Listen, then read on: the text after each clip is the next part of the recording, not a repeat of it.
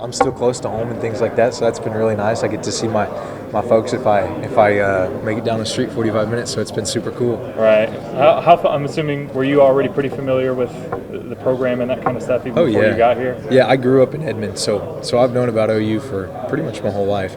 And then I've got, just a bunch of friends that are diehard OU fans, so they were very excited. When did you kind of realize this was where you wanted to be, and just what did that process kind of look like actually getting here? No, I'm glad you asked that, because for about a year before I actually came here, I was having dreams and visions and things like that about being here, and I started praying about it with God, and He made it real clear that this is where He wanted me, and this is exactly where He put me. So, who reached out to you first, or when was it Coach Deacon? Who reached out to you first through that process? So, while I was in the portal and things like that, Coach Deacon reached out to me over Twitter, and I'm really thankful that he did. But that's how he got a hold of me. What was that initial conversation like with him? It was an interesting one. He started talking with me, and it was mostly just like, well, there's a couple things that have to happen for things to line up for you to be here, and they all happened, and it was right where I needed to be. I've heard from a few different people that the thing that stands out about him is his attention to detail, what he puts in the special teams. Has that stood out to you? And absolutely, yeah, absolutely. And he knows his stuff, and it's really cool learning from him, because, like, as a special teams player, I'm always trying to refine my craft, and he knows how to do it. So, what is it about him specifically that's helpful in that attention to detail? That's a good question too. He's very, not only is he very attentive, but he knows how each person kind of thinks and works on the things that they do, and so he presents things differently to each of us, and it's very helpful. It feels like he doesn't want to change a lot, maybe, or he feels like he wants to just refine. Is that kind of what has stood out to you? Absolutely, because like one of the things that he says over and over is just like, I'm not here to change you, I'm just here to try and make you as good as you can possibly be. And so it's been a blessing. Yeah, how often do you hear that from a coach? They're not looking to change it, they're just looking to, Yeah, I mean, I've been blessed that I haven't had very many coaches that are just like, we're going to completely change you, but it does not happen a ton, for sure. When you jump into the portal, was Oklahoma, I mean, was that like a dream situation? What did you think was going to be the outreach from schools across the country?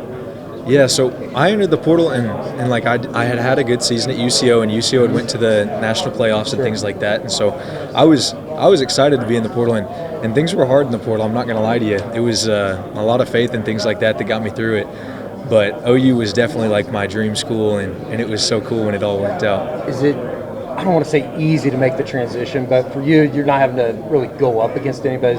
Just make sure you catch the ball and punt the hell out of it. Is that the long or the short story? That is the short story, and it's just that mindset of like, stay calm, swing, do the same things that you would always do. When did you realize that kicking in college was going to be something?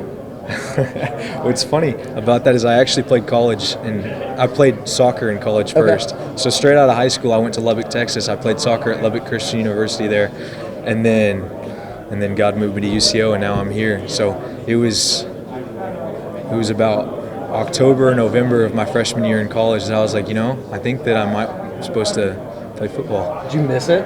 Did you miss did you soccer? Go to any Tech games or no? Did you miss football on Saturday? Yeah, I missed football. I went to the Bedlam game here in 2022, and then I also went to a Texas Tech game back in Lubbock while I was there, and I was like, man, this is something that I kind of miss, and I was like, man, maybe I ought to start thinking about this. Started praying about it, and it just worked out well. Throw any batteries while you're at Tech in the stands up there? I had a beer can thrown at me the last time. Seriously? Yeah. Holy smokes! Cool. I mean, I only went to one game, and it was poor weather. It was freezing cold, so they weren't acting crazy, but it was a good time for sure. What are expectations going into tomorrow and then the rest of spring? Expectations. Do you place a bunch of expectations on yourself? For me, it's just I go into it with the same mindset. Like, I'm kicking a ball here just like I was kicking a ball back at UCO. So it's the same deal. I'm just trying to get better every day and do my very best to represent my family and my friends and my God and everything that I do. Is that phone call like or telling your parents like, hey, you just reached out? That was the coolest thing. It was New Year's Day, and I was at my grandma's house, and I was with my mom and my sister, and we were all having like lunch together. I think we were playing a board game when Coach Deacon called me, and I'm like just on the phone in the living room, and he offers me, and And I was just blown away. And he ends the phone call with Boomer Sooner, and I said, "Boomer Sooner, baby!" And I start crying, and everyone started hugging me. It was the coolest thing.